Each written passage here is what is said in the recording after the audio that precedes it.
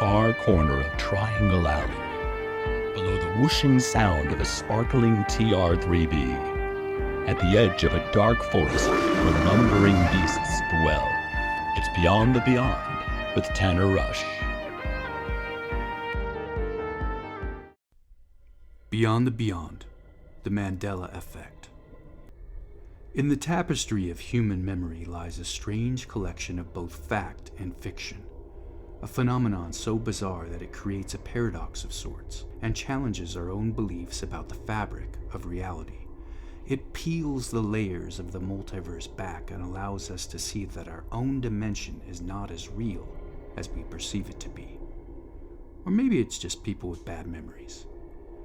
The Mandela Effect is named for Nelson Mandela, who many people seem to think died in a prison in the 1980s, but in reality he was released from prison in 1990 and lived until 2013.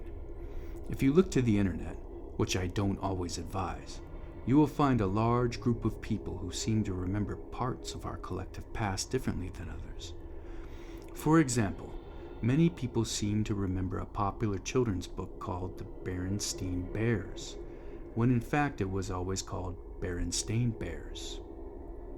In Disney's Snow White, the evil queen is quoted as saying, "Mirror, mirror on the wall," right?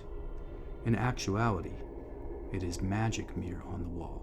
Who is the fairest of them all? Many say the famous Fruit of the Loom logo always had a cornucopia, which is a horn-shaped basket, but it, in reality, was never there. Perhaps my favorite is from the end of The Empire Strikes Back. Surely Vader's line is, "Luke, I am your father." Nope. It's, "No, I am your father." I even had one myself. For my entire existence, I could have sworn that the Monopoly man wears a monocle on one eye, when in fact he does not. No monocle. One internet theory posits that a European organization for nuclear research is at fault. On September 10th, 2008, CERN launched the Large Hadron Collider, or LHC, the world's largest and most powerful particle accelerator. This machine boosts the same particles that make up the very fabric of the universe. While accelerating close to the speed of light, they collide with other protons, and these collisions produce massive particles, such as the Higgs boson or the top quark. Still with me? No? Okay. Imagine a big racetrack where all these particles zip around like really fast cars. The scientists make them crash into each other, and they create even smaller particles. Studying these smaller particles allows scientists to better understand how our universe works at the quantum level.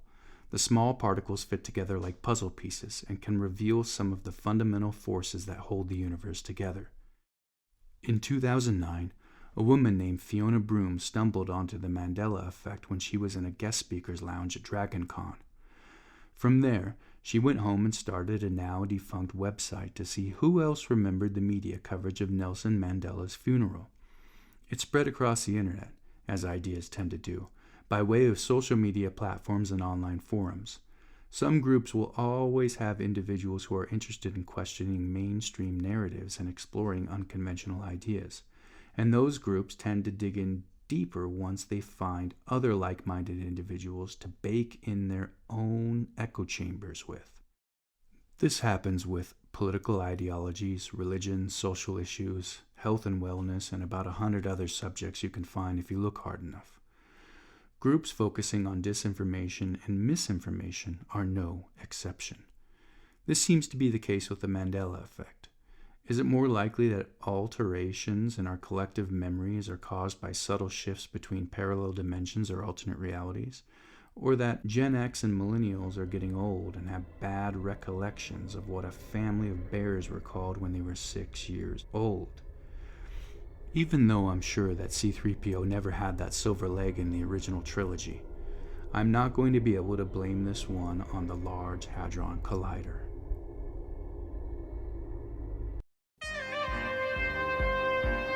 From the far corner of Triangle Alley, below the whooshing sound of a sparkling TR-3B, at the edge of a dark forest where lumbering beasts dwell, it's Beyond the Beyond with Tanner Rush.